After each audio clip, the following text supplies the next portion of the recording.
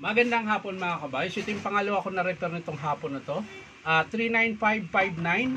Ang model nito mga kabay, Makita 4131 Circular, so 7 in 1 port. Ayan. So ito mga kabay, di siya gumana. Ayan, sasaksak natin. So wala po siyang power. Ayan. So syempre pag ganyan, unahin po natin yung carbon brush. Ayan. Mukhang magbabrown out pa. So ayan mga kabay, pinakalas natin yung carbon brush. So ayan, mahaba pa po yung carbon nya.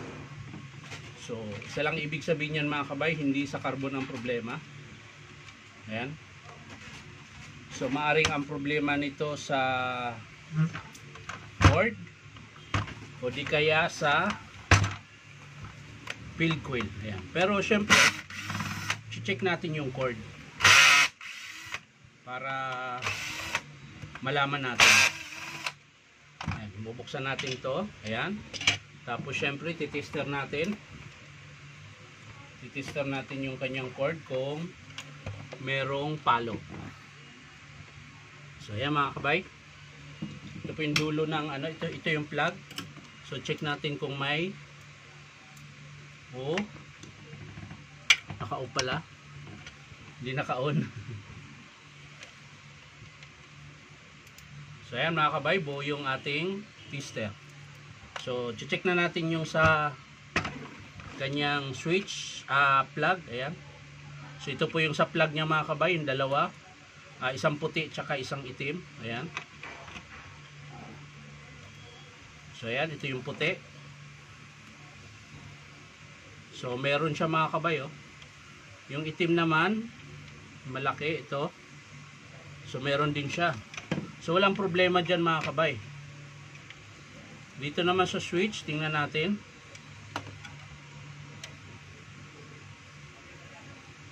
So buo din yung switch mga kabay.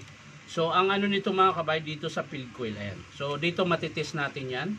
Ayan, ito yung wire na galing field coil, yung dalawa. Ayan mga kabay, kung makikita nyo ito. Ayan. So ito po yung nanggagaling sa field coil. So pag mga ganito mga kabay, pwede nyo i-tester yan. Ayan. Tapos dito nyo po iti-tester sa kanyang brush holder. So ayan mga kabay, buo yung kabila. Ayan, mapapansin nyo. I-testerin ko yung sa field coil. So ayan, pumapalo mga kabay. Kita ba?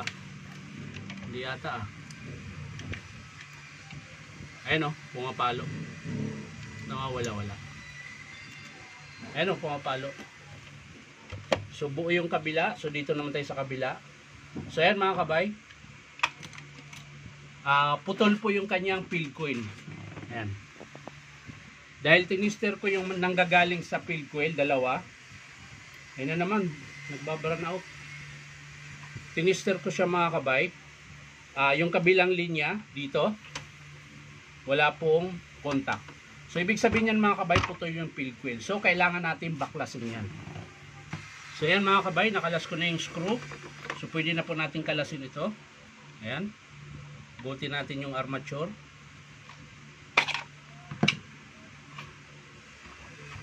So ayan.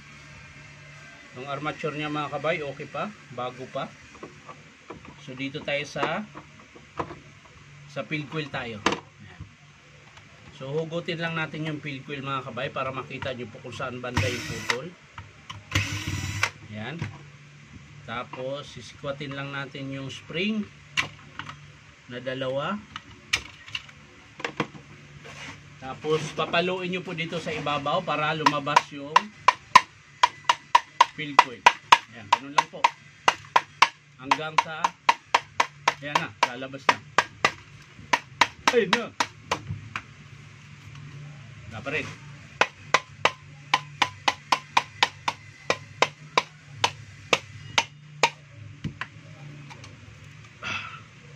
Tigas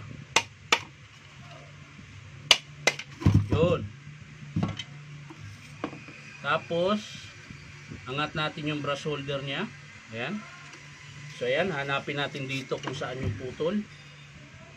Kailangan nating mahanap kung saan banda ang putol mga kabay. Ayan. So wala dito. Dito. Ayun mga kabay. Oh. So ito po yung putol mga kabay. Ayan. Kaya po siya walang contact. So ito mga kabay, hindi ko na ito madugtong dahil unang rewind kasi siya eh. Kung yung pinakalas, pwede pa nating iikot o kaya idugtong. Ito kasi pinakaunang rewind na yun. Oh. Ayan o, putol. So i-estimate ko ito mga kabay. Ang papalitan po dito sa circular so na 4131. Ayan, 4131 Makita. Planer. Circular so. Field coil po ang papalitan nito. Ayan.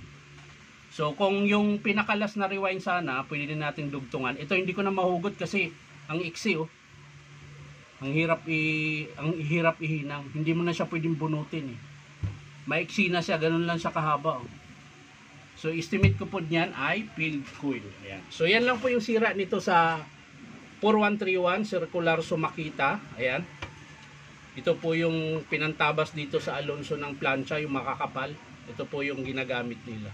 So kalimitan po talaga nasisira kung hindi mapupudpud yung gear, field coil or armature. Pero sa ngayon, field coil lang po ang estimate natin.